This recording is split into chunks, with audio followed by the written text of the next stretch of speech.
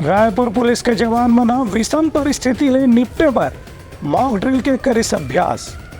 अलग अलग टीम बना के खतरा के सामना करे के उपाय घलो सीखें। अभी राजधानी रायपुर में आए दिन होने वाला धरना प्रदर्शन, आंदोलन और हिंसक गतिविधि के आशंका देखत पुलिस ला इमरजेंसी से निपटे के प्रशिक्षण देगी। इस संबंध में एक अभ्यास भी कराएगी, जिसमें पुलिस के जवान मन ला विषम परिस्थिति आए की स्थिति में कैसे ओकर मुकाबला करना है एक बारे में जानकारी देगी। पुलिस के जवान मन ला टीयर गैस, कैन पार्टी, लाठी party, rifle party, medical party में बांट दी गई से एक बाद अलग अलग तरह के उपकरण के साथ में पुलिस जवान मन अपन प्रदर्शन करें और कार्य क्षमता की परिचय दें।